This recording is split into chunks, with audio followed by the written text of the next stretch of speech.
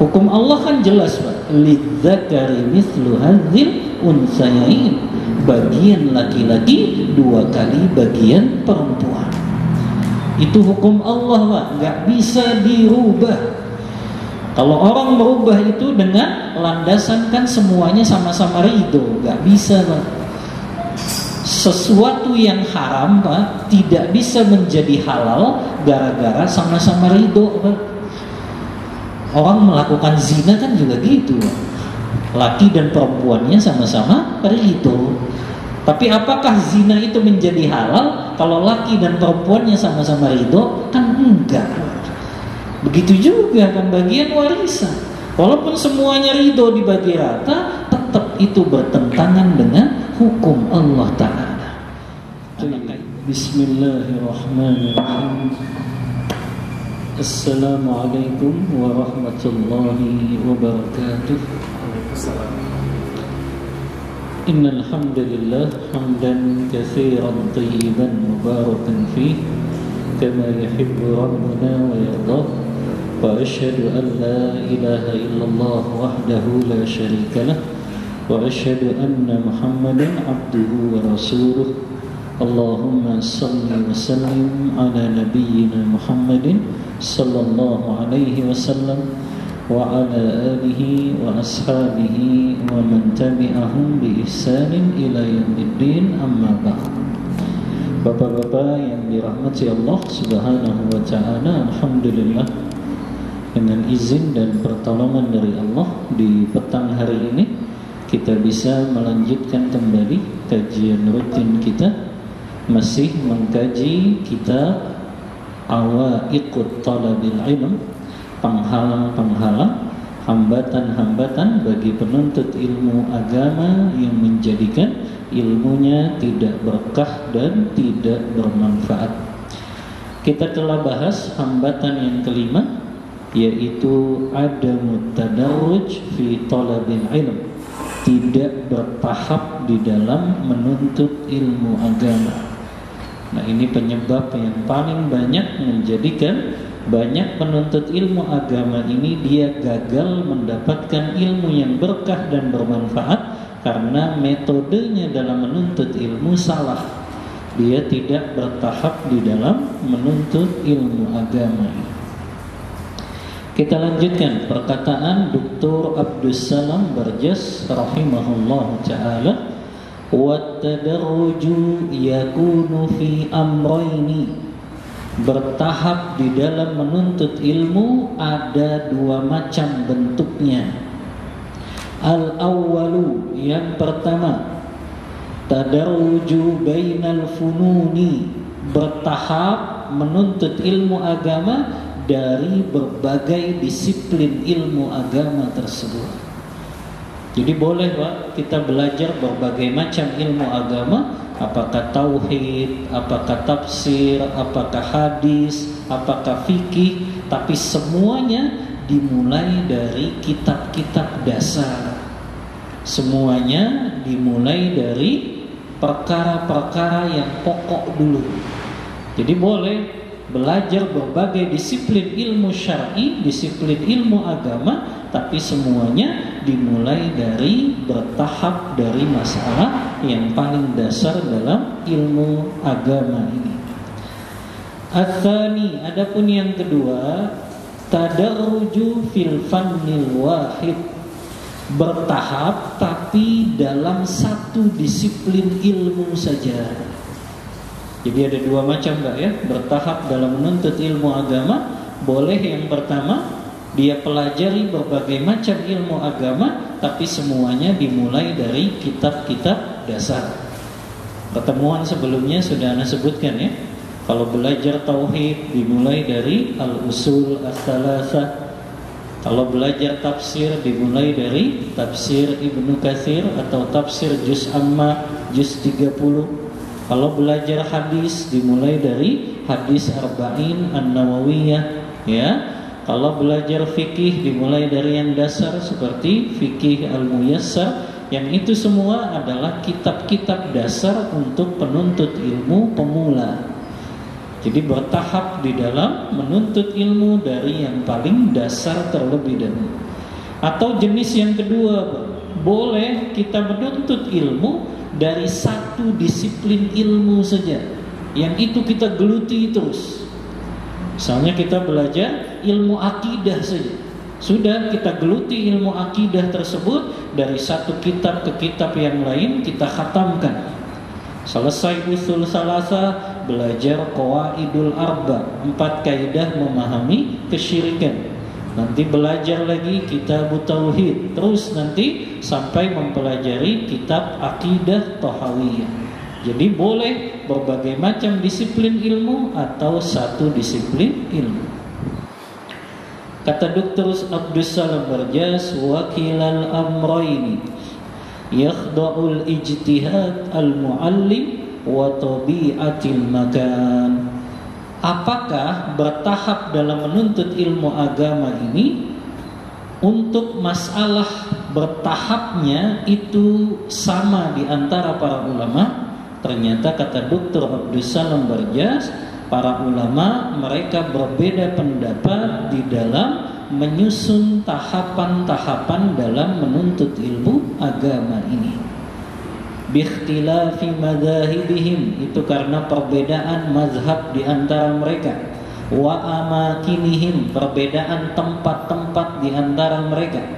Wa sa'adahu baina yadayil qari namazij min taujihatihim, dan aku akan menjelaskan di antara para pembaca contoh-contoh, petunjuk-petunjuk dari para ulama tentang bertahap di dalam menuntut ilmu agama ini. Beliau bawakan beberapa kisah di sini. Rawa Ibnul Madini an Abdul Wahhab Ibnu Hammam an Juraih. Diriwayatkan dari Ibnul Madini. Ibnul Madini seorang tabi'ut tabi'in. Dari Ibnu Juraih, beliau berkata, Ataitu Atha, aku pernah mendatangi Atha. Atha itu seorang tabi'in. Uridu hadza sya'na, aku ingin mempelajari ilmu hadis darimu. Kemudian di sebelah Atha ada seorang tabi'in juga namanya Abdullah ibnu Ubaid ibnu Umair, yang dia berkata kepada Ibnu Juraih, kata Abdullah ibnu Umair, aqra'tal Qur'an, apakah engkau sudah hafal Al-Quran? Qultu la, kata Ibnu Juraih, belum. Maka kata Ubaid ibnu Umair, izhab faqra'hu, pergilah sana kamu, kembali lagi ke kampungmu, hafalkan Al-Quran terlebih dahulu, summatlubil ilma, baru kemudian engkau menuntut ilmu hadis. Ini berat, kalau levelnya para ulama. Mereka kalau mau belajar ilmu hadis, mereka disuruh ngafalin Quran dulu, karena itu basicnya.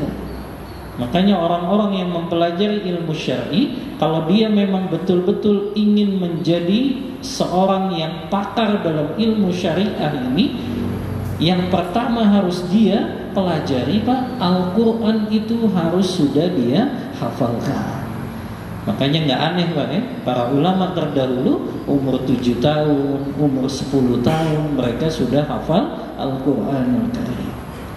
Makanya kalau Bapak lihat potensi anak Bapak ini, kayaknya dia dominan di ilmu syariah, yang pertama kali dia harus tuntut, Pak, itu menghafal Al-Quranul Karim.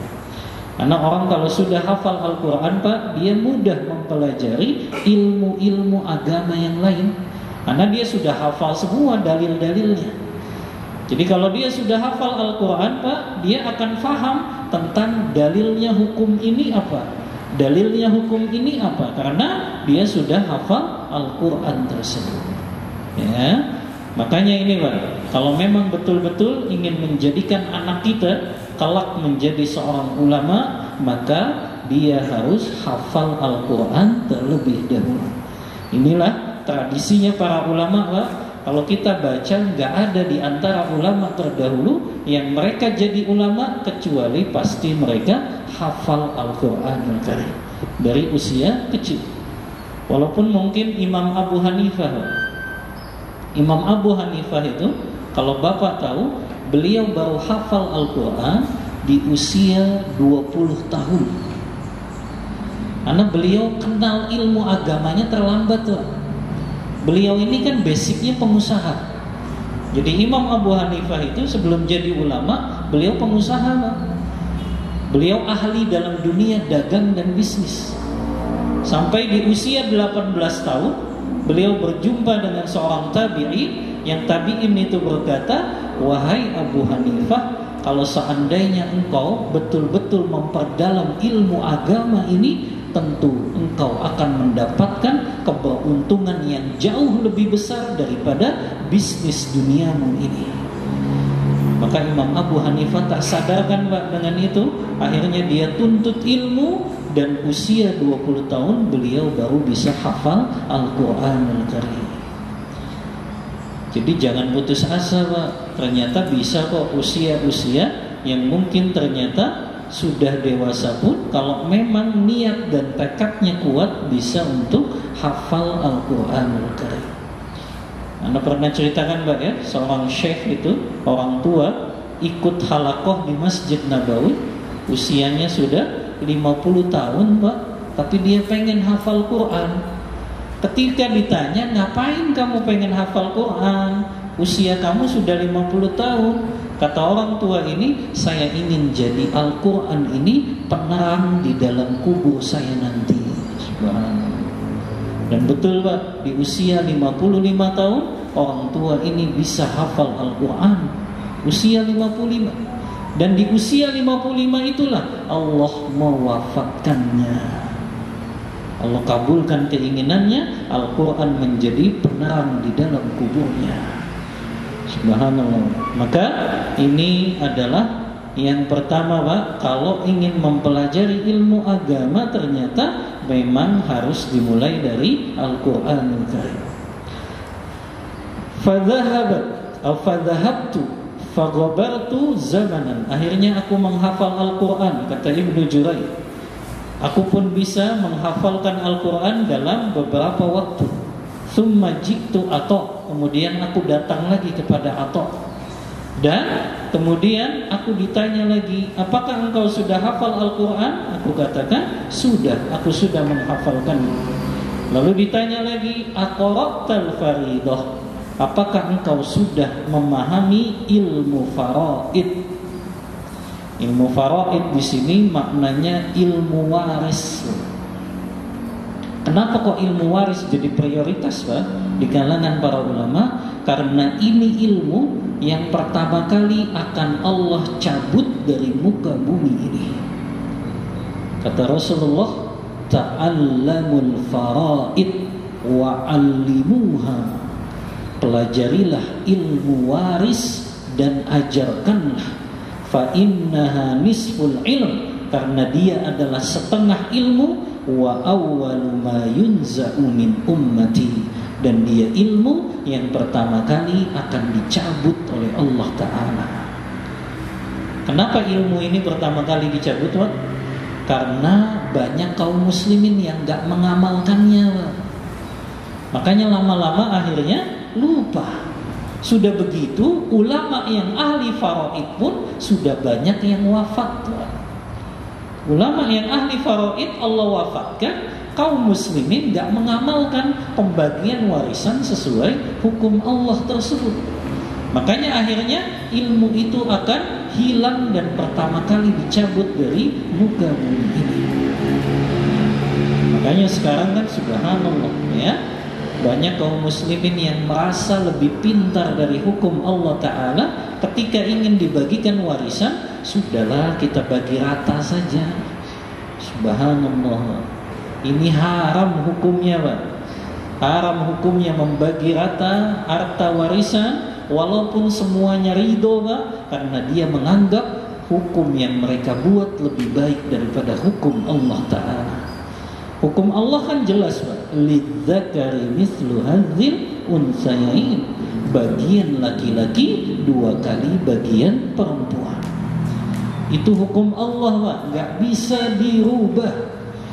Kalau orang merubah itu dengan landasan kan semuanya sama-sama ridho, gak bisa Pak. Sesuatu yang haram, Pak, tidak bisa menjadi halal gara-gara sama-sama ridho, Pak. Orang melakukan zina kan juga gitu, Pak. Laki dan perempuannya sama-sama ridho. Tapi apakah zina itu menjadi halal kalau laki dan perempuannya sama-sama ridho? Kan enggak. Begitu juga pembagian warisan. Walaupun semuanya ridho dibagi rata, tetap itu bertentangan dengan hukum Allah Ta'ala. Karena kaidahnya sudah Allah sebutkan, lidzakari mislu hadzil unsayain. Bagian anak laki-laki 2 kali bagian anak perempuan. Makanya Allah sebutkan, Pak, di akhir ayat surah An-Nisa ayat 11 itu Allah mengatakan, abaukum wa abnaukum la tadruna ayyuhum aqrabu lakum naf'a. Bapak-bapak kalian, anak-anak kalian, gak ada yang lebih tahu mana yang lebih manfaat dari harta waris yang dibagikan ini kecuali Allah Ta'ala. Makanya, Pak, satu-satunya ilmu, Pak, dalam ilmu syariah ini yang Allah langsung sebutkan secara detail di dalam Al-Quran itu ilmu faraid, ilmu waris ini. Karena Allah bakal tahu, Pak, manusia ini bakal ngeyel kalau masalah harta. Ya, makanya Allah yang langsung turun, Pak, jelaskan dalam Al-Quran secara detail pembagian orang yang berhak mendapatkan warisan. Dan ini satu-satunya ilmu, Pak, yang Allah langsung turun tangan dijelaskan secara detail di dalam Al-Quran. Kalau kita belajar ilmu fikih kan gak semuanya dijelaskan detail, Pak. Sholat saja itu dijelaskannya sama hadis, zakat dijelaskannya sama hadis, ya, haji umroh dijelaskannya sama hadis. Tapi ilmu waris langsung Allah yang jelaskan secara detail di dalam Al-Quran. Siapa yang dapat setengah, siapa yang dapat 1/4, siapa yang dapat 1/8, semuanya jelas. Karena Allah tahu, masalah harta pasti manusia banyak yang ngeyel. Makanya Allah yang langsung turun tangan dalam masalah pembagian warisan. Makanya ini, Pak, setelah hafal Al-Quran ditanya, kamu sudah paham ilmu faraid atau belum? Kata Ibnu Jurayj, la, belum. Maka disuruh belajar dulu, Pak. Fata'allamil fariidah. Pelajari dulu sana ilmu faraid. Kemudian summa atlubul ilmal faraid summa jitu faqala al-an fatlubil ilma. Kemudian aku telah pelajari ilmu faraid dan aku datang lagi kepada Atha, dan baru dia mengatakan sekarang engkau boleh menuntut ilmu hadis, ya. Kemudian qala Abul Aina, berkata juga seorang tabi'ut tabi'in namanya Abul Aina, ataitu Abdullah ibni Dawud, aku mendatangi Abdullah ibnu Dawud. Faqala, dia berkata, ma ja'a bika, kenapa engkau datang kepadaku? Qultu al-hadis, aku ingin belajar hadis darimu. Idhab fatahfadil Quran, pulang dulu kamu sana, hafalkan Al-Quran. Syaratnya berat, Pak. Di zaman ulama dulu harus hafal Al-Quran dulu baru belajar. Kalau zaman sekarang diterapin, nggak mau belajar orang, suruh ngafal Quran dulu, ya. Berat, ya.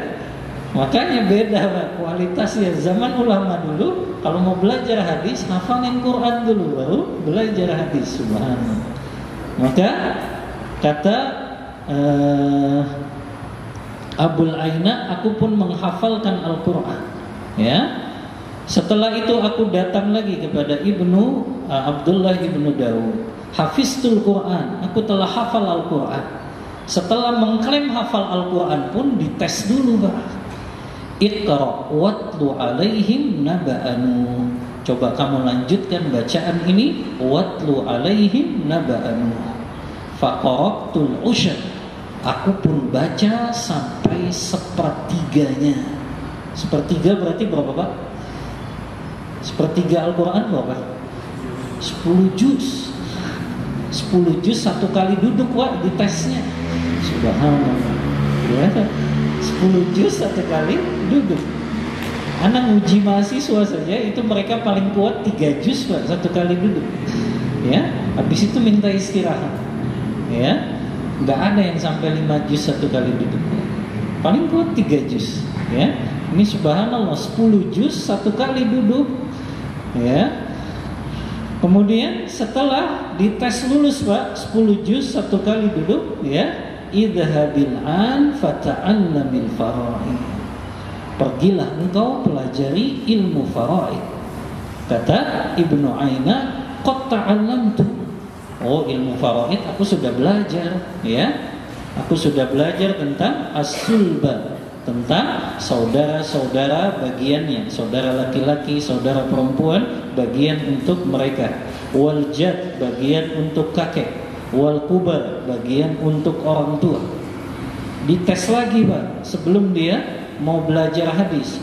Fa ayyuma aqrab ilaika min akhika au ammika. Mana yang hubungan kekerabatannya lebih dekat kepadamu? Keponakanmu atau pamanmu? Mana yang lebih dekat Pak? Keponakan atau paman? Hubungan kekerabatan. Hah? Ayo, mana yang lebih dekat? Hubungan kekerabatan. Keponakan kita, anak saudara laki-laki atau saudari perempuan kita, atau paman kita? Hah? Mana yang lebih dekat? Keponakan. Kenapa keponakan lebih dekat? Ada yang jawab paman Pak? Ternyata jawabannya, ya, yang benar memang keponakan Pak. Kenapa keponakan lebih dekat? Karena dia jalurnya satu ibu dengan kita. Iya tidak? Iya. Kalau paman jalurnya satu apa? Satu kakek. Ya, dari bapak kita kan satu kakek saja. Tapi kalau keponakan kita, anak saudara laki-laki, dia jalurnya satu ibu. Makanya keponakan lebih dekat secara hubungan kekerabatan dari paman. Ya, itu Pak. Dites dulu tentang ilmu faraidnya. Kemudian ditanya lagi, ya, fata'allamil arabiyyah. Sekarang belajarlah engkau bahasa Arab dulu. Subhanallah. Ini yang mau belajar padahal orang Arab Pak, suruh belajar bahasa Arab. Sama kan kayak kita orang Indonesia tapi masih belajar bahasa Indonesia gitu Pak. Maksudnya belajar di sini belajar kaidah-kaidah gramatikalnya Pak. Ya. Maka kata Ibnu Aina, qad allamtuha. Bahasa Arab mah aku sudah belajar juga. Ditanya lagi Pak, dites dulu, ya. Falamma qala Umar, yakni hina tu'ina. Ketika Umar bin Khattab ditikam dengan pisau dari belakang, Umar kan berkata, ya Allah walil muslimi. Ya Allah. Kenapa kok lamnya untuk Allah itu fathah, tapi untuk lil muslimin lamnya itu kasroh? Dites dulu bahasa Arab gramatikal nahunya. Tapi bisa jawab Ibnu Ainah, kata beliau, ya, futihatil kalam ala du'a wa usira hadhihi alal istighatsah. Karena Umar mengucapkan lallaha, lamnya fathah, itu maknanya doa, minta pertolongan kepada Allah. Adapun walil muslimin, lamnya dikasrohkan, itu maknanya lil muslimin, minta pertolongan juga kepada kaum muslimin. Ya. Jadi banyak tesnya Pak kalau dulu para ulama kita ingin mempelajari ilmu hadis. Ya. Namun di sini Pak kesimpulannya, fa awwalul ilmi hifzu kitabillah wa tafahumuhu. Ilmu yang pertama Pak yang memang harus kita jadikan landasan pokok dalam mempelajari ilmu agama, menghafalkan Al-Qur'anul Karim dan memahaminya. Wa kullu ma yu'inu ala fahmi, dan segala ilmu yang bisa menjadikan kita faham dengan Al-Quran ini, maka wajib kita menuntut ilmu tersebut. Wala aqul, tapi aku tidak mengatakan, kata Abdus Salam Barjas, inna hifzahu kullahu fardun, menghafalnya itu wajib bagi setiap muslim. Tapi yang wajib untuk menghafalnya hanya mereka yang memang ingin betul-betul menjadi seorang ahli ilmu atau seorang ulama. Faman hafizahu qabla bulughi, siapa yang menghafalnya sebelum memasuki usia baligh, maka dia bisa untuk memahaminya setelahnya dari lisan-lisan orang Arab. Wa dzalika aunan kabiran ala muradihi, dan itu akan menolongnya untuk memahami Al-Qur'an ini sesuai dengan apa yang Allah inginkan. Wa min sunani Rasulillah, dan sesuai dengan apa yang Rasulullah jelaskan dalam sunnah-sunnahnya. Ini pertama Pak ya, Al-Quran hafal dan fahami. Ini yang pertama Pak, fase kita dalam menuntut ilmu. Yang kedua, thumma yanzuru fi nasikhil Quran wa mansukhih, kemudian pelajarilah ilmu nasikh dan mansukh di dalam Al-Quranul Karim. Pernah dengar ilmu nasikh dan mansukh nggak Pak? Nasikh dan mansukh itu ilmu tentang ada ayat Allah yang Allah hapus, ada ayat yang menghapusnya. Ilmu nasikh mansukh.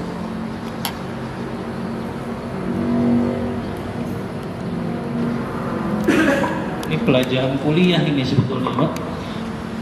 Ya, nasikh itu yang menghapus, mansukh itu yang dihapus. Ya, ada ayat-ayat Al-Quran, ada hadis-hadis Rasulullah yang berlaku ilmu ini Pak. Ada yang dia sebagai penghapus karena datang sebelumnya, ada yang dia dihapus. Ya, contoh Pak, ada 3 macam Pak tentang nasikh dan mansukh dalam Al-Quran. Ya, di dalam Al-Quran ada 3 macam kata ulama. Yang pertama, naskhut tilawati wal hukm,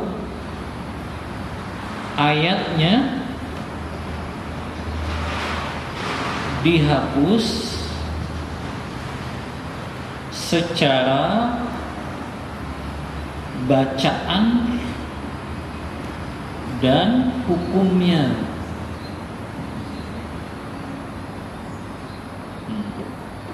Jadi dulu ayatnya pernah ada di dalam Al-Quran, tapi kemudian Allah hapus, nggak akan kita temukan lagi ada ayat tersebut di dalam Al-Quran. Kemudian hukumnya dulu juga berlaku, tapi sekarang hukumnya sudah dihapus, tidak berlaku lagi. Contohnya apa? Ada dalam hadis riwayat Muslim Pak. Kita tahu ini karena dijelaskan oleh Rasulullah. Hadisnya dari Ibunda Aisyah radhiyallahu anha, kata Aisyah, Rasulullah pernah berkata, kana fima unzila ilaikum, ya, asyru radha'at yuharrimna. Contoh Pak, yang pertama ini kata Aisyah, dulu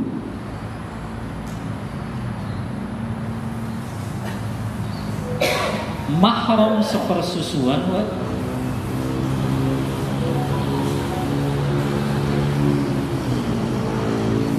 itu berlaku bila sampai 10 kali menyusu. Jadi ada mahram sepersusuan Pak. Ya, saya kasih contoh Pak. Misalnya siapa ya? A saja ya. A ini perempuan Pak, misalnya punya anak laki-laki B laki-laki. Qadarullah A ini aslinya tak keluar, ya. Maka akhirnya si A menitipkan kepada C perempuan, ya, untuk si C ini menyusui B, ya. Si C ini punya anak juga, Pak, anaknya perempuan, ya, katakanlah D. Nah, maka karena C dia nyusuin anaknya juga yang perempuan, dia nyusuin anak temennya ini si B, maka si B nggak boleh menikah dengan C, si B nggak boleh menikah dengan D, karena dia disebutnya mahram sepersusuan. Ya, ada 3 jenis mahram, Pak. Mahram karena sebab nasab, ya. Ibu kita, kakak perempuan kita, keponakan kita, ya, itu mahram secara nasab. Tapi ada mahram sepersusuan, karena ibu susunya sama atau dia anak dari ibu yang menyusui kita. Ada yang ketiga nanti mahram karena sebab pernikahan. Siapa contohnya, Pak? Mahram karena sebab pernikahan? Ibu mertua kita, itu mahram kita, Pak, ya, karena dia sebab menikah dengan anaknya. Nah ini, Pak, ya. Dulu, Pak, ya, pernah ada ayat Al-Quran yang Allah turunkan yang menjelaskan tentang mahram sepersusuan itu baru dia jadi mahram apabila yang disusui itu sudah 10 kali nyusu, ya. Walaupun tidak sampai kenyang, Pak, pokoknya sudah minum dari susu ibu tersebut, maka dia sudah mahram dengan ibu dan anak ibu tersebut. Kemudian, ya, kata Aisyah, akhirnya ini dihapus, ya, diganti dengan 5 kali susuan saja, sampai menjelang wafatnya Rasulullah, hatta yubdilna bi khamsi radha'at atau summa nusikhna bi khamsi radha'at, kata Aisyah, sampai akhirnya dihapus. Allah menurunkan ayat tentang hanya dengan 5 kali susuan saja. Tapi ini pun sudah dihapus, Pak. Yang 5 kali susuan ini sudah nggak bisa kita dapatkan di Al-Quran, ya. Makanya ini menjadi contoh, Pak, ayatnya dihapus secara bacaannya, hukumnya juga dihapus secara hukumnya, tidak berlaku lagi. Yang tidak berlaku ini, Pak, ya, 10 kali susuan. Adapun yang 5 kali susuan ini menurut sebagian ulama masih berlaku, ya. Tapi yang menyusunya ini anak yang masih kecil, Pak, belum balik. Bukan bapak yang nyusu kemudian jadi mahram, nggak bisa, ya. Jadi kalau anak orang dewasa itu sudah nggak berlaku, Pak, sepersusuan ini, ya. Ini contoh yang pertama, Pak, ya. Ayatnya dihapus secara bacaan dan hukumnya juga dihapus, ya. Ini tadi hadis riwayat Muslim dalam kitab Sahihnya. Jenis yang kedua, Pak, dari nasikh dan mansukh, ya. Ayatnya dihapus, Pak, secara bacaannya, tapi hukumnya masih berlaku sampai saat ini. Tahu, Pak, ayat apa? Ayatnya dihapus secara bacaannya, tapi hukumnya masih berlaku sampai hari kiamat, Pak.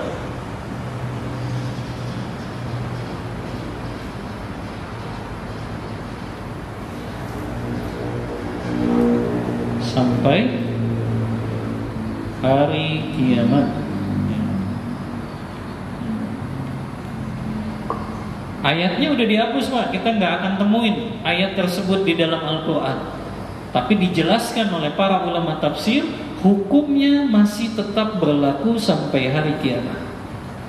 Apa itu bunyi ayatnya? Bunyi ayatnya Pak, wasyaikhu wasyaikhatu idza zanaya farjumuhumal battah. Wasyaikhu, wasyaikh itu laki-laki yang sudah menikah. Wasyaikhatu, perempuan yang sudah menikah.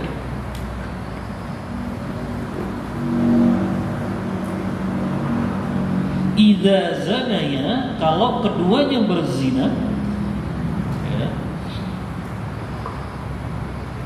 farjumuhumal battah, maka rajamlah keduanya sampai keduanya wafat. Farjumuhuma al-battah.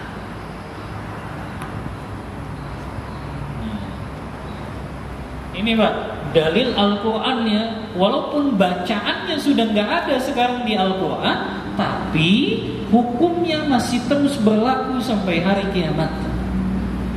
Dari mana Ustaz tahu ini? Ya dari penjelasan para ulama tafsir melalui riwayat-riwayat hadis Rasulullah. Makanya Umar bin Khattab Pak, dalam hadis riwayat Bukhari, ketika menjelaskan ayat yang sudah dihapus ini tapi hukumnya masih berlaku, kata Umar bin Khattab, inni khasyitu an yatulan nas an yakula qail.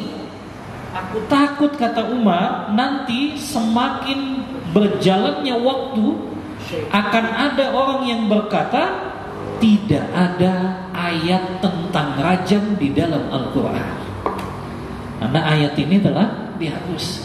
Kata Umar, aku takut nanti setelah berjalannya waktu yang begitu lama akan ada seseorang yang berkata bahwa tidak ada dalilnya rajam itu di dalam Al-Quran. Padahal ada, tidak Pak? Ada, karena hukumnya masih tetap berlaku sampai hari kiamat. Dan itu dilakukan oleh Rasulullah dalam hadis Bukhari Muslim. Rasulullah pernah merajam wanita Al-Ghamidiyah yang melakukan zina, yang hadisnya masyhur Pak ya. Ketika wanita itu dalam keadaan hamil datang kepada Rasulullah, ya Rasulullah, inni zanaitu, wahai Rasulullah, aku berzina. Rasulullah itu enggak tega saudara, ya, ingin merajam orang yang melakukan zina. Kata Rasulullah apa? Datang lagi nanti setelah engkau melahirkan. Setelah melahirkan bawa anaknya, dia ingin ditegakkan rajam ini. Ya Rasulullah, saya sudah melahirkan, tegakkan rajam untuk saya. Kata Rasulullah, susui dulu anakmu selama 2 tahun. Ya, makanya Pak, hukuman rajam tidak bisa ditegakkan kecuali dengan salah satu dari dua. Ya, kalau salah satu dari dua ini nggak ada, nggak bisa ditegakkan rajam. Yang pertama, al-i'tiraf, kata ulama, pengakuan dari orang yang melakukan zina itu. Kalau dia memang mengaku Pak, baru itu bisa ditegakkan rajam. Yang kedua, al-bayyinah, adanya bukti Pak, 4 orang saksi yang melihat orang itu melakukan zina. Ini berat Pak, 4 orang saksi semuanya harus laki-laki, nggak boleh perempuan. Ya. Kemudian 4 orang saksi ini juga semuanya harus adil Pak. Tahu adil Pak? Dia betul-betul melaksanakan perintah Allah dan menjauhi larangannya.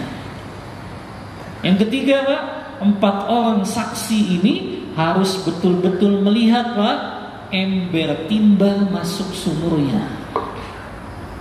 Ya, jadi nggak boleh dia hanya sekedar melihat orang ini ciuman masuk ke kamar hotel, ya, berduaan, itu nggak diterima Pak. Justru kalau dia nggak bisa datangkan 4 orang saksi, dia yang terkena hukuman had Pak, dicambuk 80 kali. Itu hukuman untuk orang yang menuduh perempuan beriman melakukan zina.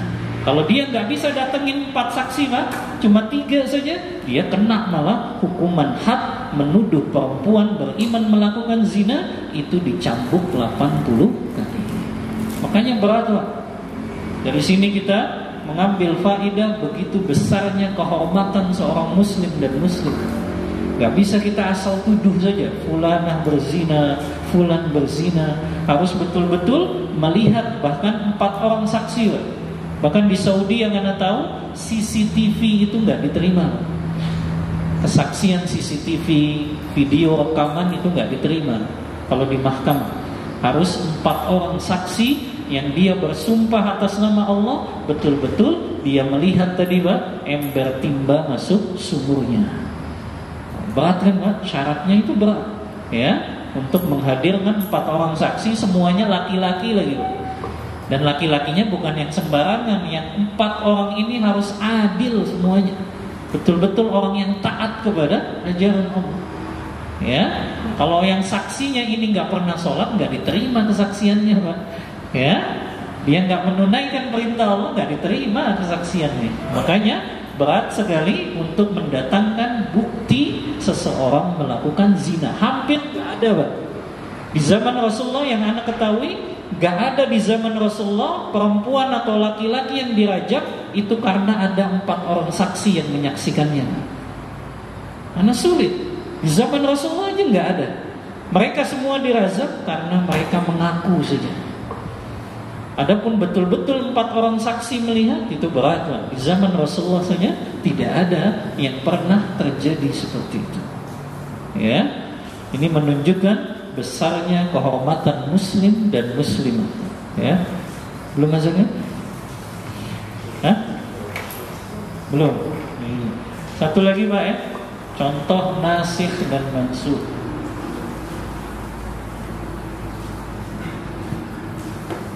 Yang ketiga Pak, jenis dari nasikh dan mansukh. Kalau tadi ayatnya dihapus secara bacaan tapi hukumnya masih berlaku. Kalau yang ketiga sebaliknya Pak, hukumnya telah dihapus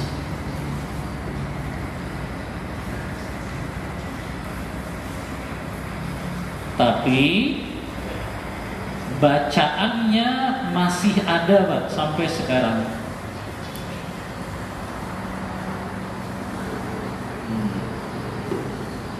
Hukumnya sudah nggak berlaku Pak, tapi ayatnya masih kita baca sekarang di Al-Quran Karim ya. Bapak buka surah Al-Baqarah ayat 240. Al-Baqarah 240 Pak. Ini contohnya. Ayatnya masih ada tapi hukumnya sudah tidak berlaku. Apa bunyi ayatnya? Allah berfirman, "Walladzina yutawaffawna minkum wa yadharuna azwajan wasiyatan li azwajihim mata'an ilal hauli ghaira ikhraj." Dulu Pak, kalau seorang istri suaminya meninggal, masa iddahnya Pak, tahu masa iddah Pak? Masa perempuan itu menunggu ya, itu selama 1 tahun. Jadi dulu awalnya itu masa iddah wanita yang ditinggal wafat suaminya, itu masa iddahnya 1 tahun berdasarkan ayat ini ya. Jadi awalnya masa iddah wanita yang ditinggal wafat suami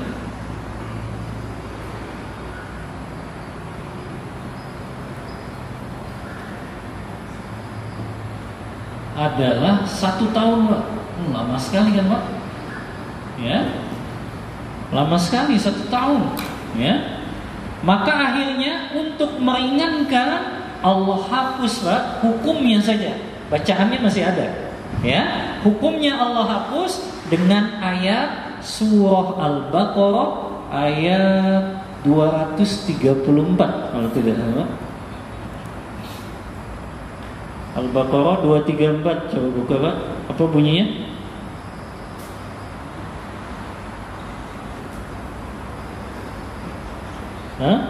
Walladzina yutawaffawna minkum wa yadharuna azwajan yatarabbasna bi anfusihinna arba'ata ashhurin wa ashra. Allah hapus Pak Hukumnya Allah hapus dengan Al-Baqarah ayat 234. Allah mengatakan, dan perempuan-perempuan yang ditinggal wafat suaminya, maka masa iddahnya menjadi 4 bulan 10 hari. Berarti diganti Pak ya, 1 tahun ini diganti menjadi ya 4 bulan 10 hari.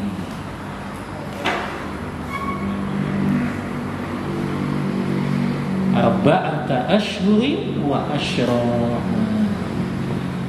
Jadi secara hukumnya sudah dihapus Pak. Masa iddah yang berlaku bagi wanita yang ditinggal wafat suaminya 4 bulan 10 hari. Ini kalau wanitanya tidak dalam keadaan hamil. Ingat ya, kalau wanitanya ditinggal wafat suami dalam keadaan tidak hamil, ini iddahnya Pak, 4 bulan 10 hari. Tapi kalau ternyata istrinya ditinggal wafat suami dalam keadaan hamil, maka pendapat yang lebih kuat, masa iddahnya sampai wanita ini melahirkan. Ya, makanya ulama membagi dua Pak. Ada orang yang ditinggal wafat suami dalam keadaan hamil, dalam keadaan tidak hamil. Kalau dalam keadaan hamil, masa iddahnya sampai perempuan ini melahirkan. Adapun kalau tidak hamil, maka masa iddahnya 4 bulan 10 hari. Ya, ini contoh Pak ya, 3 macam yang berkaitan dengan ayat-ayat Al-Quran yang dinasih dan yang dimansuh dan dinasih. Yang dia dihapus, apakah dihapus hukum dan juga bacaannya? Ada yang dihapus hukumnya saja, tapi ayatnya masih ada. Ada yang dihapus ayatnya saja, tapi hukumnya masih berlaku. Yang pertama Pak, ada hadis Rasulullah yang awalnya perkara ini diharamkan oleh Allah, tapi kemudian hadisnya dihapus dengan hadis yang datang setelahnya menjadi hukumnya diperbolehkan. Hadis tentang apa itu Pak? Ziarah kubur. Ya, Rasulullah kan bersabda, la'anallahu zawaratil kubur. Allah melaknat para pengunjung kuburan-kubur. Tapi hadis ini kata sebagian ulama dihapus dengan hadis riwayat Muslim, kuntu nahaitukum an ziyaratil kubur fazuruha. Dulu aku pernah melarang kalian untuk ziarah kubur, tapi sekarang berziarahlah. Fa innaha zakirukumul maut, karena ziarah kubur itu mengingatkan kalian kepada kematian. Jadi ini tujuannya ziarah kubur Pak ya. Dulu Rasulullah pernah mengharamkannya. Ya. Satu perkara yang dulu diharamkan, kemudian diperbolehkan.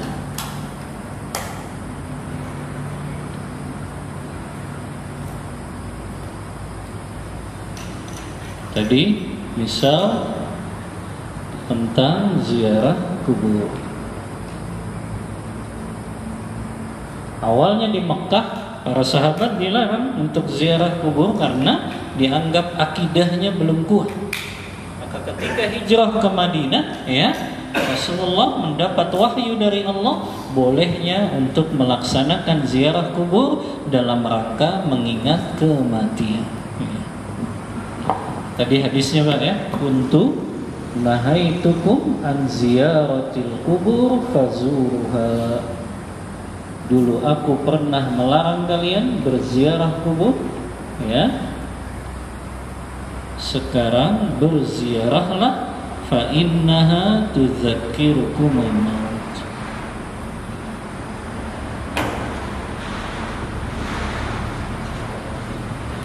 Fazuruha.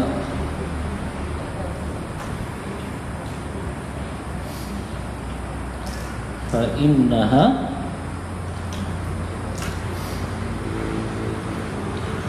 تذكركم الموت.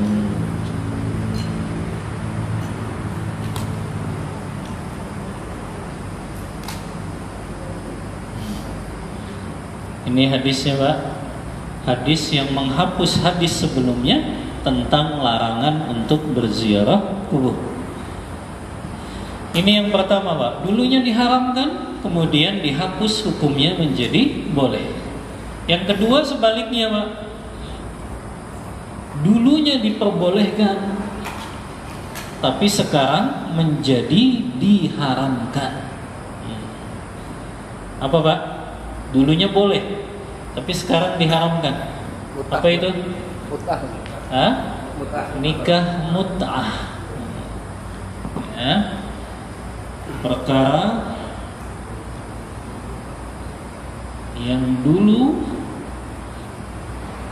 diperbolehkan dan sekarang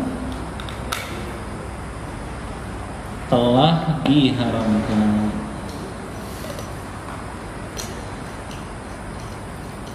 Ya. Hadisnya dari Salamah ibnul Aqwa, ya.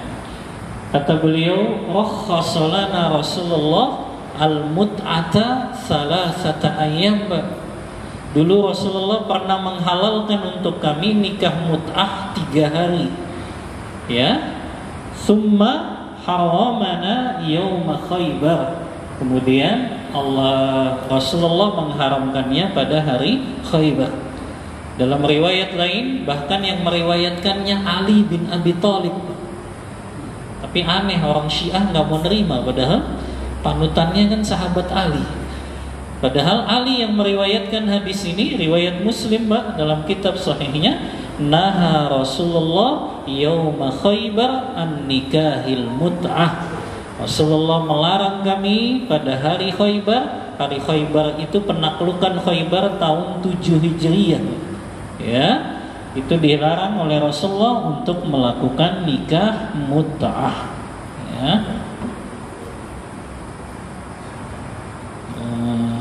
Hadis riwayat Muslim dalam kitab sahihnya dan riwayat Ahmad dalam kitab musnadnya. Ya. Rakhasa lana Rasulullah fi mut'atin nisa, ya.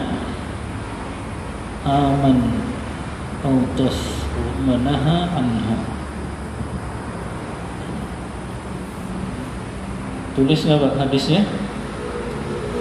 Rakhasa lana Rasulullah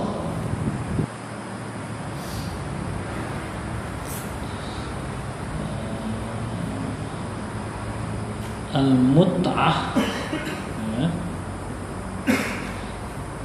Summa naha anha.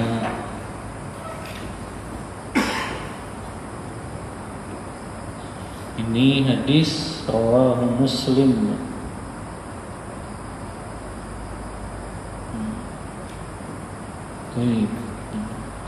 Ini jenis yang kedua, Pak, ya. Nah. Ada yang ketiga, Pak, ya. Yang ketiga, Pak, perkara ini perkara yang diperselisihkan oleh para ulama, ya. Apakah dia masuk ke dalam nasikh dan mansukh atau tidak, ya. Di sini dalam perkara, ya,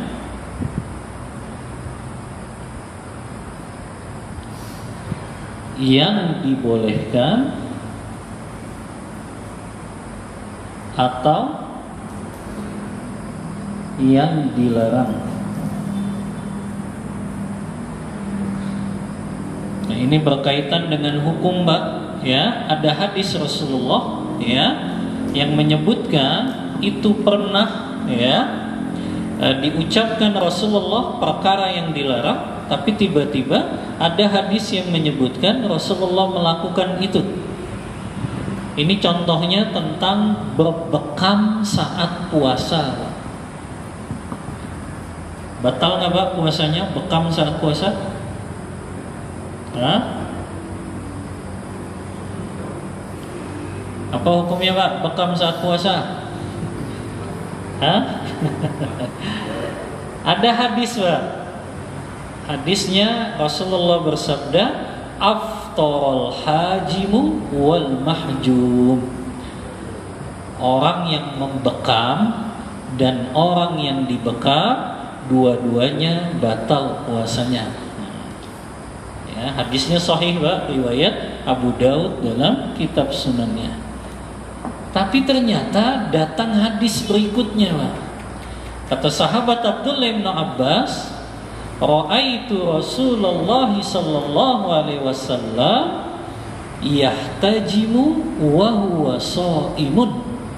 Kata Abdullah bin Abbas, aku melihat Rasulullah melakukan bekam saat beliau berpuasa. Dua-duanya hadis sahih Pak. Ya. Biasanya Pak, kalau ulama melihat ada dua dalil yang kelihatan secara nampak dan zahirnya bertentangan, ya, ada tiga metode Pak yang mereka lakukan.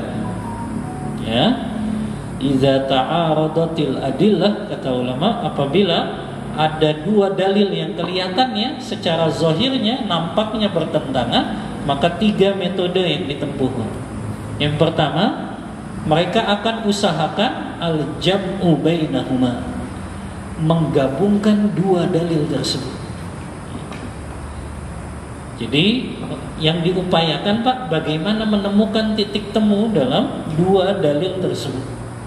Namanya al-jam'u bainahuma. Saya kasih contoh Pak. Menyentuh kemaluan setelah wudu, wudunya batal atau tidak? Batal nggak Pak? Termasuk perkara yang membatalkan wudu atau tidak?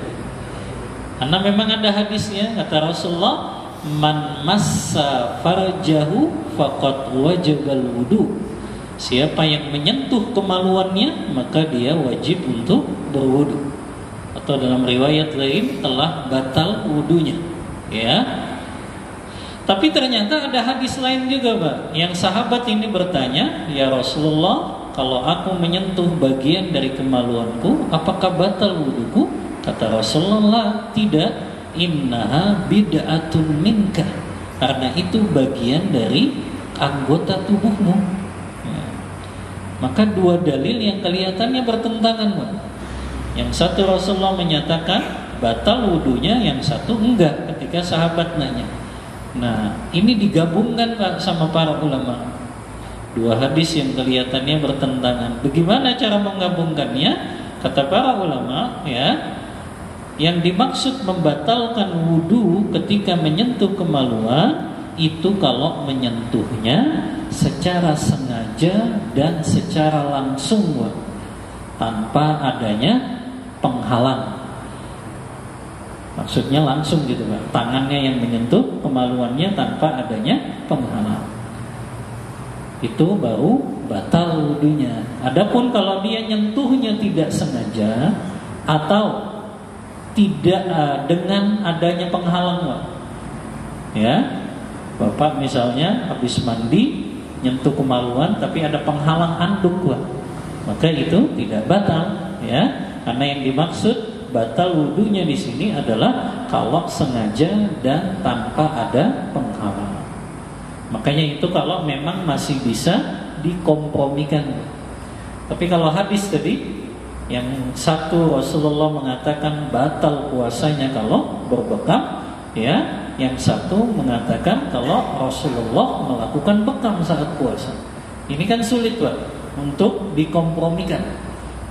Makanya bagaimana caranya? Kalau cara pertama nggak bisa Pak dikompromikan dua dalil ini, maka ulama menempuh cara yang kedua, yaitu dengan metode nasikh dan mansuh. Mana hadis yang datang duluan, mana hadis yang datang belakangan. Ternyata hadis yang datang duluan tadi Pak, yang Rasulullah bersabda, aftarul hajimu wal mahjum, berbukalah orang yang berbekam dan orang yang dibekam, ya, dua-duanya dia batal. Itu ternyata duluan diucapkan Rasulullah. Adapun hadis Abdullah bin Abbas itu belakangan datangnya, Yang Abdullah bin Abbas melihat Rasulullah berbekam dan beliau dalam keadaan puasa. Makanya hadis Abdullah bin Abbas, kata sebagian ulama, menghapus hadis yang tadi mengatakan berbekam itu batal puasanya. Dan wallahu a'lam, pendapat lebih kuat adalah berbekam itu tidak membatalkan puasa. Makanya ini dikiaskan juga dengan donor darah saat puasa. Donor darah saat puasa itu tidak batal karena dikiaskan, disamakan dengan berbekam saat berpuasa. Ya.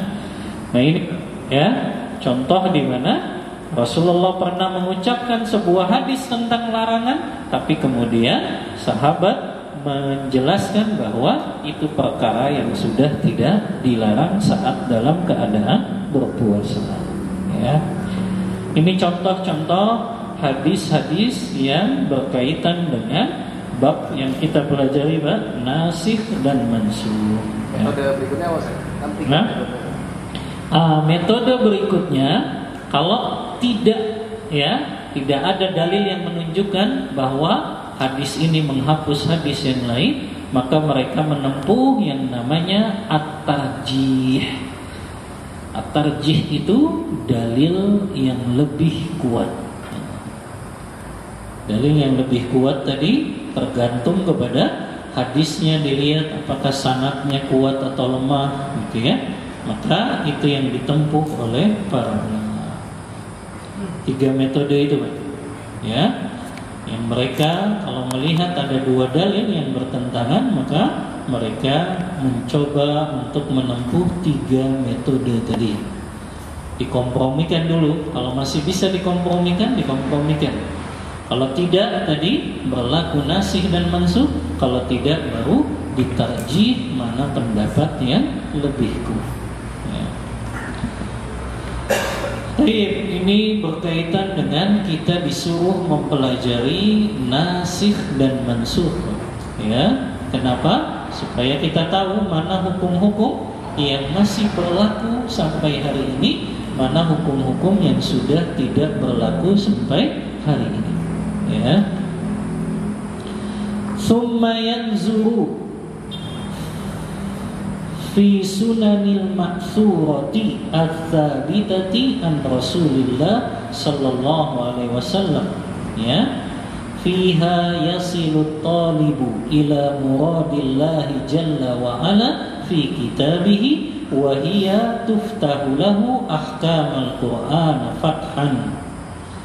Setelah belajar nasikh dan mansukh, maka hendaklah kalian mempelajari sunnah-sunnah Rasulullah yang ditetapkan, yang itu bisa mengantarkan seorang penuntut ilmu kepada pemahaman yang Allah inginkan terhadap Al-Qur'annya, dan itu membuka untuknya hukum-hukum yang berkaitan dengan Al-Qur'an Karim.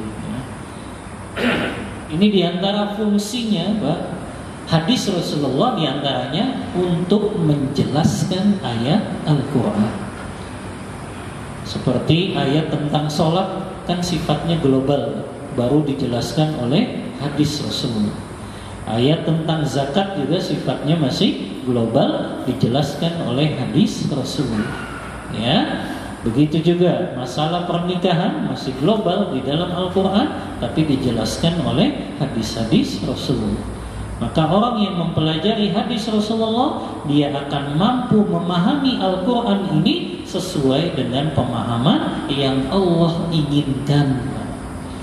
Makanya gak boleh seseorang menafsirkan Al-Quran dengan akal logikanya, dengan perasaannya, dengan pendapat pribadinya. Bahkan Rasulullah mengancam, Pak, ya, dalam hadis riwayat Tirmidzi, man fassaral Qur'ana bi ra'yihi falyatabawwa maq'adahu minan nar. Siapa yang menafsirkan Al-Qur'an dengan akalnya, maka persiapkanlah tempat duduknya di neraka, kata Rasulullah. Jadi nggak boleh menafsirkan Al-Qur'an dengan akal logika kita. Menafsirkan Al-Quran itu dengan riwayat bagaimana sahabat mendapatkan ilmu dari Rasulullah-nya, Pak. Ya, kita tafsirkan misalnya ayat-ayat yang berkaitan dengan hukum harus sesuai dengan penafsirannya Rasulullah yang Rasulullah mengajarkannya kepada para sahabat. Makanya Pak, banyak sekali para ulama yang menulis tafsir Al-Quran secara riwayat. Misalnya Ibnu Katsir, kita bisa tahu bahwasannya cara menafsirkan Al-Quran itu berkesinambungan Pak, dari Rasulullah ajarkan kepada sahabat ajarkan kepada tabi'in, terus sampai kepada kita hari ini. Ya. Kemudian wa fi siyari Rasulillah sallallahu alaihi wasallam, dan pelajari juga sirah perjalanan hidup Rasulullah sallallahu alaihi wasallam. Karena dari sirah perjalanan hidup Rasulullah itu juga kita tahu yang berkaitan dengan hukum-hukum Allah dan Rasulnya. Ya. Hukum-hukum Allah dan Rasulnya Pak, kita tahu kapan mulai disyariatkannya ibadah ini. Ya, sholat itu kapan dimulainya? Ya, sholat kapan disyariatkannya, Pak? Di Mekah atau di Madinah? Hah? Rasulullah masih di Mekah atau Rasulullah sudah ke Madinah? Hah? Nah, nggak tahu kan? Karena nggak baca sirah. Kalau baca sirah tahu. Ya. Sholat itu disyariatkan ketika Rasulullah sudah di Mekah berdakwah selama 10 tahun. Jadi Rasulullah melaksanakan sholat di Mekah 3 tahun. Baru setelah itu Rasulullah hijrah ke Madinah. Dan ini satu-satunya Pak, syariat Allah setelah Tauhid yang turun di kota Mekah. Jadi yang berkaitan dengan ibadah Pak, yang turun di Mekah itu cuma sholat saja. Adapun zakat, pembagian waris, jihad, puasa, itu semuanya turun di Madinah setelah Rasulullah hijrah ke Madinah. Dari mana kita tahu? Ya dari belajar sirah Nabi, sirah perjalanan hidup Rasulullah Sallallahu Alaihi Wasallam. Makanya anak bedah Pak, di Masjid Aliyah itu anak ketika diminta untuk kaji kitab apa Ustaz? Anak kaji fikih sirah. Judulnya Zadul Ma'ad fi Hadi Khairil Ibad. Itu kitab yang ditulis oleh Ibnu Qayyim tentang fikih sirah. Jadi perjalanan hidup Rasulullah, tapi hukum-hukum yang berkaitan dengan itu dijabarkan oleh Ibnu Qayyim. Jadi kita tahu kapan mulai disyariatkannya ibadah-ibadah itu. Ya. Taib, itu berkaitan dengan pentingnya kita mempelajari sirah. Kemudian juga wa man talabas sunan falyakun ma'ulahu ala hadithil a'immah as-siqah. Siapa yang menuntut ilmu tentang sunnah-sunnah Rasulullah, maka hendaknya dia berpegang dengan hadis-hadis yang dianggap oleh para ulama hadis yang siqah, hadis yang terpercaya. Ada yang disebut dengan kutubus sittah, ada yang disebut dengan kutubut tis'ah. Itu 9 kitab hadis yang direkomendasikan oleh para ulama. Karena 9 kitab hadis itu menurut mayoritas ulama tidak terdapat hadis-hadis palsu di dalamnya. Walaupun masih ada hadis-hadis lemah. Ya. Pernah dengar apa? Kitab hadis yang 9 atau kitab hadis yang 6 Pak, namanya kutubus sittah sama kutubu tis'ah.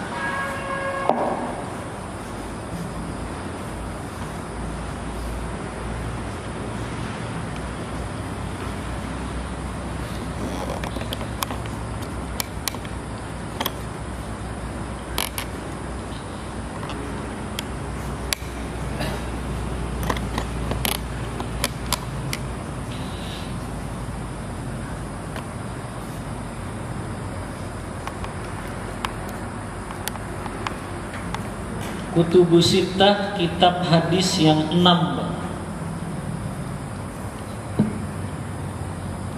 disebutnya kutubu sittah, kitab hadis yang 6.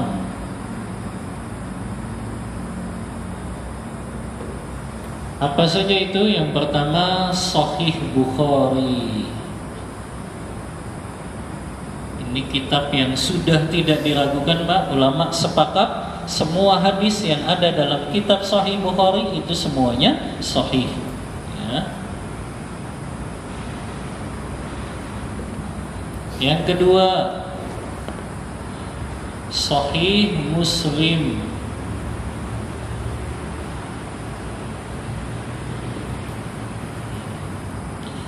Yang ketiga Sunan Abu Dawud.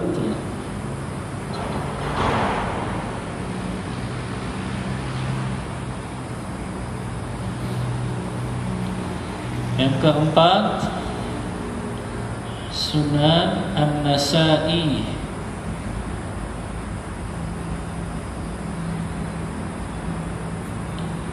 An-Nasa'i.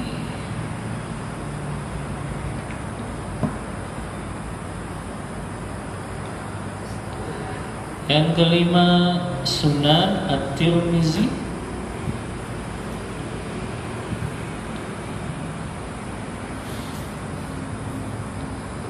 Yang keenam Sunan Ibnu Majah.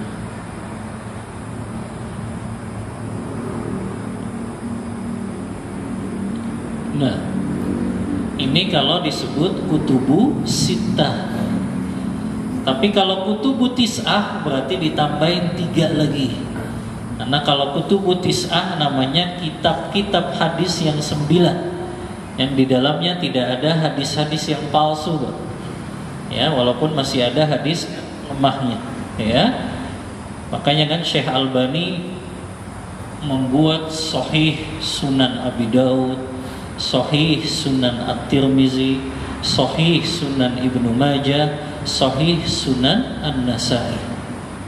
Wallahu a'lam. Ana belum dapatkan ulama kontemporer, Pak, yang bisa menyaring kitab Sunan ini menjadi kumpulan kitab yang sahih-sahihnya saja, kecuali Syekh Albani saja. Ya. Jadi kitab Sunannya ini disaring sama beliau, lalu keluarlah sahih-sahihnya. Yang sahih-sahihnya beliau keluarkan. Kalau 9, Pak, berarti ditambah. Yang ketujuh Sunan Ad-Darimi. Sunan Ad-Darimi. Ya. Yang kedelapan Musnad Imam Ahmad. Musnad Imam Ahmad.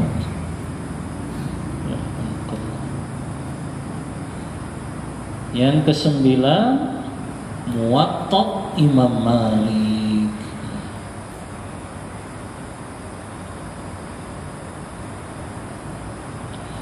Muwatta Imam Malik. Ini, Pak, yang disuruh kita berpegang dengan 9 kitab hadis ini. Ya, yang ini semua membahas tentang hadis-hadis yang berkaitan dengan akidah, ibadah, dan juga akhlak yang terselamatkan dari hadis-hadis yang palsu tadi. Walaupun ada hadis-hadis yang lemah di dalamnya. Ya.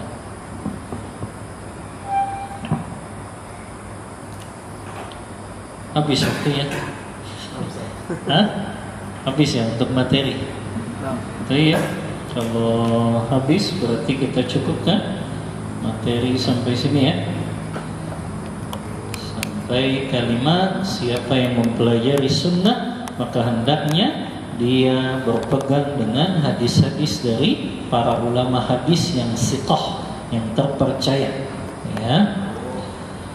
Wallahu ta'ala a'lam bissawab. Untuk materi ana cukupkan. A'lam bissawab. Wa sallallahu ala nabiyyina Muhammadin wa ala alihi wa sahbihi wasallam. Baik, siapa yang ingin bertanya silakan.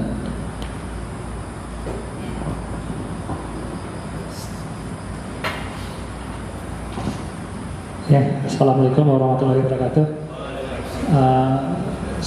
Mohon izin bertanya, ini maksudnya sunan terus musnad watok itu apa ya?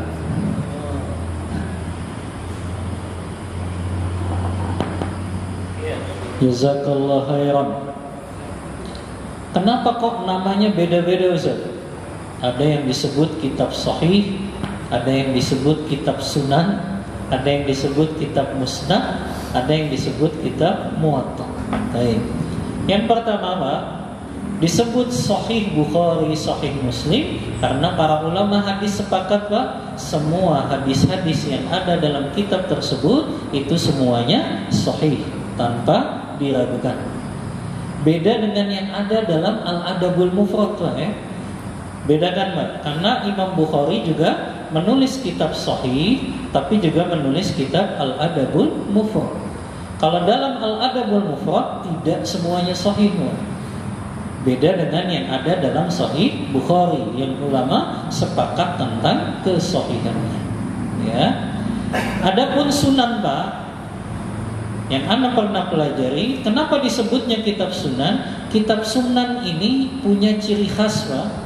Hadis-hadisnya disusun berdasarkan bab-bab fikih. Jadi kalau kitab sunan, Pak, hadis-hadisnya disusun berdasarkan bab-bab fikih. Bapak lihat misalnya Sunan Tirmizi itu kayak bab fikih, Pak. Dimulai dari kitab toharoh, kitab sholat, kitab zakat, ya. Sunan Abu Daud juga begitu, ya. Jadi disusunnya berdasarkan bab-bab fikih, ya. Makanya disebutnya kitab sunan. Adapun musnad, Pak, musnad ini ciri khasnya, Pak. Kalau Bapak cari hadis di kitab musnad itu nggak bisa berdasarkan tema atau judulnya, Pak. Tapi Imam Ahmad menyusun hadis dalam kitab musnadnya berdasarkan urutan abjad orang yang meriwayatkannya. Jadi Bapak nggak bisa mau nyari bab tentang toharoh, nyari huruf to, nggak bakal ketemu, Pak, sampai sehari sebelum kiamat gitu. Seharinya tuh buat nyesel, ngapain nyari gitu ya. Karena dia disusunnya berdasarkan perawinya, Pak. Ya, Aisyah hadisnya apa saja disebutkan, hadis Aisyah. Hadis Abu Hurairah apa saja disebutkan. Gitu. Nah, itu namanya kitab musnad. Jadi nggak berdasarkan tema-tema tadi kan. Kalau sunan kan berdasarkan tema-tema fikih tadi. Tapi kalau musnad enggak, yang meriwayatkan yang disebutkan. Abu Hurairah hadisnya ini, Aisyah hadisnya ini, Abdullah bin Abbas hadisnya ini, sebutkan begitu. Ya, nah itu musnad yang disebut sebagai hadis kitab musnad seperti itu. Ya. Adapun Al-Muwatta, Pak, ya, Al-Muwatta ini sebetulnya banyak, Pak, ditulis oleh para ulama. Hanya yang pertama kali membukukannya adalah Imam Malik. Jadi Imam Malik ini memang ulama hadis yang pertama membukukan hadis itu menjadi kumpulan satu kitab. Jadi kitab hadis yang pertama disusun itu kan di zaman Umar bin Abdul Aziz, itu baru mulai dikumpulkan hadis-hadis Rasulullah. Lalu Imam Malik lah yang pertama kali mengumpulkan hadis itu menjadi sebuah kitab. Makanya kalau ditanya kitab hadis yang pertama dibukukan, Muwatta Imam Malik. Itu kitab pertama yang dibukukan, satu-satunya kitab hadis yang pertama dibukukan. Baru disusul Musnad Imam Ahmad, ya. Baru kemudian ya Imam Bukhari, Imam Muslim, ya. Karena 4 imam mazhab ini lebih dulu, Pak, ya, daripada para ulama hadis. Ya, Imam Malik wafat 179 Hijriah, Imam Ahmad wafat tahun 241 Hijriah, baru datang Imam Bukhari wafat 256 Hijriah. Ya. Baru kemudian Imam Muslim 260 Hijriah, baru seterusnya tuh. Ya. Nah, kalau kitab Muwatta, Pak, yang anak ketahui itu kitab hadis yang ditulis berdasarkan rekomendasi dari gurunya. Jadi Imam Malik itu punya guru seorang ahli hadis namanya Rabi'ah ibnu Abdirrahman. Rabi'ah ini memberikan rekomendasi Imam Malik untuk boleh menuliskan hadis-hadis yang telah ditalakikan kepadanya. Makanya sebetulnya Muwatta ini banyak loh. Jadi ulama-ulama hadis yang dia dapat izin dari gurunya untuk menuliskan hadis, itu disebutnya kitabnya kitab Al-Muwatta. Sebetulnya banyak Pak, cuma yang terkenal di kalangan kita hanya Muwatta Imam Malik saja. Padahal kalau dipelajari itu banyak Pak, Al-Muwatta'at ulama sebut. Tapi yang terkenal itu hanya Muwatta Imam Malik saja. Padahal ada juga Muwatta yang ditulis oleh ulama hadis yang lain, karena mereka sudah mendapat rekomendasi dari guru-guru mereka untuk menuliskan hadis-hadis yang ditalakikan oleh guru mereka tersebut. Begitu Pak, yang Anda tahu perbedaan dari Sahih, Sunan, Musnad dan juga Muwatta. Wallahu ta'ala a'lam bissawab. Ada hadiahnya Ustaz. Hah? Ada hadiah. Oh iya, ada hadiahnya nih Pak. Silakan diambil Pak. Dipilih aja ya. Tafadhol.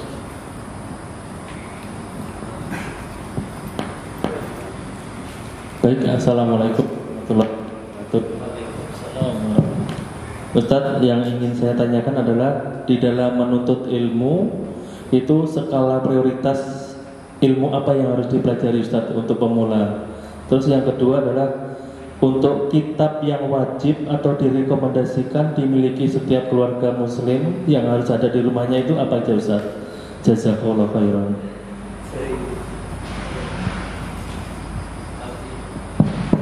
Iya, jazakallahu khairan.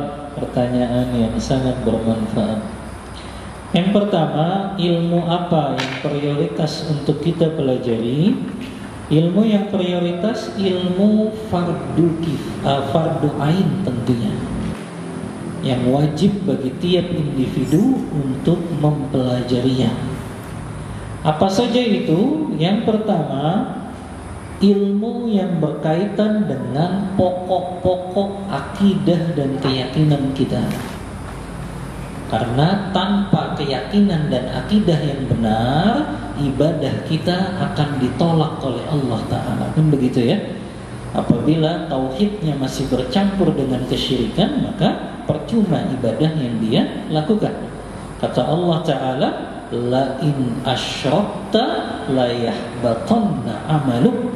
Kalau engkau berbuat syirik kepada Allah wahai Muhammad, kami akan hapus seluruh amal-amal soleh yang telah engkau lakukan. Makanya ini pokok akidah dan keyakinan kita, nggak boleh bercampur dengan kesyirikan apapun, karena dia menjadi syarat utama ibadah kita akan diterima oleh Allah. Ya.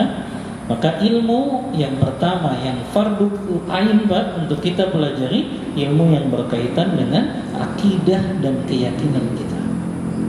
Yang kedua, ilmu yang berkaitan dengan tata cara ibadah kita supaya benar dan diterima oleh Allah. Karena syarat diterima ibadah kan kita sudah pelajari Pak ya, yaitu ikhlas dan sesuai dengan tuntunan Rasulullah. Maka kita harus tahu bagaimana cara sholatnya Rasulullah.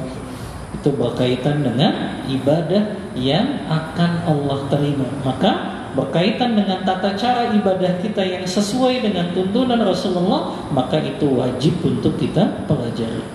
Bagaimana sholatnya Rasulullah, zakatnya Rasulullah, puasanya Rasulullah, wudunya Rasulullah, tayamumnya Rasulullah, semua yang berkaitan dengan ibadah, maka wajib kita pelajari agar ibadah kita tidak ditolak oleh Allah. Yang ketiga Pak, berkaitan dengan aktivitas yang kita lakukan, itu sebetulnya fardu ain. Bapak sebagai karyawan harusnya tahu apa saja kewajiban-kewajiban Bapak sebagai seorang karyawan dalam aturan syariat ini. Ya, karena itu berkaitan dengan ya hubungan seseorang di dalam melakukan dia ibadah juga kan Pak, ketika dia bekerja. Maka dia harus tahu koridor-koridor agar pekerjaan yang dia lakukan misalnya bukan pekerjaan yang diharamkan Allah, tidak jatuh dalam penghasilan yang diharamkan Allah, kan itu. Ya, makanya harus tahu ya fikih yang berkaitan dengan karyawan ini. Kewajiban-kewajiban dia dalam aturan syariah, bagaimana menghasilkan penghasilan yang tidak dilarang oleh Allah Ta'ala. Yang keempat, Pak, ya, yang wajib juga dia pelajari posisinya sebagai suami kalau dia seorang pemimpin keluarga. Apa saja kewajiban suami? Kalau dia sebagai istri, berarti dia harus pelajari apa saja kewajiban-kewajiban istri yang itu hak-haknya suami. Itu yang prioritas, Pak, harusnya. Ya. Karena fikih keluarga itu diantaranya dipelajari tentang hak dan kewajiban tadi. Dan survei yang pernah Anda dapat ya di Malaysia itu ya, 94% terjadinya perceraian, Pak, itu karena suami tidak tahu hak istri, istri tidak tahu tentang hak suami. Nggak tahu kalau di Indonesia sudah ada surveinya tuh, tapi kayaknya nggak jauh beda.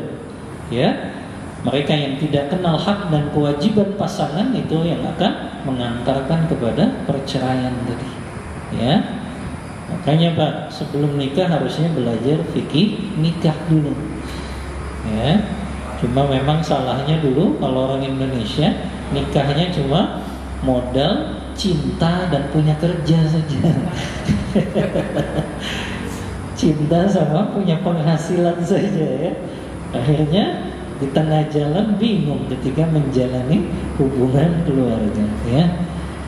Nah itu Pak, wallahu a'lam, itu yang berkaitan dengan prioritas untuk kita pelajari ya. Adapun kitab-kitab yang harus kita miliki yang berkaitan dengan tadi saja Pak, kitab akidah kita punya ya. Minimal kita sudah belajar usul salasa, 3 landasan pokok yang wajib kita ketahui. Kemudian tentang macam-macam kesyirikan agar kita bisa menghindari ya. Kalau dalam hal ibadah ya tentu kitab yang berkaitan dengan fikih ibadah Mbak, dan juga fikih muamalah juga ya. Yang itu wajib kita miliki harusnya. Bukan sekedar dimiliki Mbak ya, tapi dibaca juga gitu. Walaupun tentu dengan bimbingan asatizah ketika membacanya Mbak. Karena kita sudah belajar ya, belajar agama tidak bisa dengan otodidak, hanya membaca saja kemudian menafsirkan sendiri, butuh bimbingan asatizah atau ulama ya.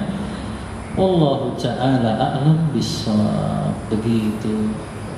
Afdal hadiahnya Badar diambil. Satu lagi satu. Nah, tafadhol.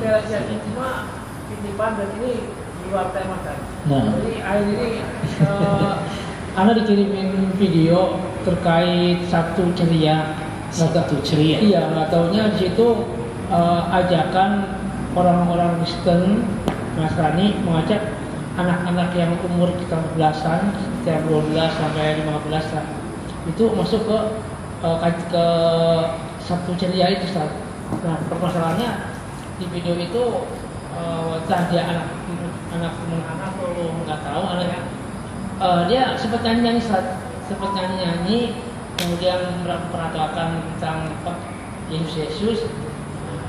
Tapi alhamdulillah kebongkar juga ada anak yang mentah. Nah, pertanyaannya untuk yang balik itu ketika dia mengucapkan kalimat-kalimat Yesus itu, dia udah mulai udah kafir belum Ustaz? Untuk yang balik. Dan bagaimana dia untuk muslim lagi? Apakah dia sadar lagi? Atau mereka tuh waktu dia masuk ke Sabtu Ceria dia nggak tahu. Sabtu Ceria. Iya. Berarti cerianya hari Sabtu saja. Iya. Ini pelajaran di ruang sekolah. Iya. Jazakallah khairan. Pertanyaan yang bermanfaat ya. Iya, ini salah satu tradisi yang tidak ada dalam Islam ya. Karena di dalam Islam justru ya kita harus bahagianya setiap hari gitu ya. yaitu dengan kita beramal soleh dan beribadah kepada Allah, kan itu menjadi sebab kebahagiaan. Jadi tidak dikenal istilah-istilah Sabtu ceria kah, Minggu ceria kah, ya. Sama seperti hari ibu kan nggak ada dalam Islam lah. Karena semua hari ya kita wajib berbakti kepada ibu kita dan orang tua kita. Jadi ini tradisi-tradisi yang muncul dari luar Islam. Adapun anak tadi, kalau dia memang sudah balik atau balighah mengucapkan ucapan kufur, apakah dia langsung dianggap keluar dari Islam? Para ulama mengatur kaidah-kaidah seseorang baru dia dianggap keluar dari Islam. Di antaranya, kalau dia mengucapkan ucapan kufur tapi dia paham bahwa itu ucapan kufur. Kalau belum tegak hujjah kepadanya, dia nggak paham kalau itu ucapan kufur, maka dia tidak keluar dari Islam. Artinya harus tegak dulu hujjah kepadanya. Kalau dia memang sudah tahu itu ucapan kufur, tapi dia masih ucapkan, baru dia keluar dari Islam.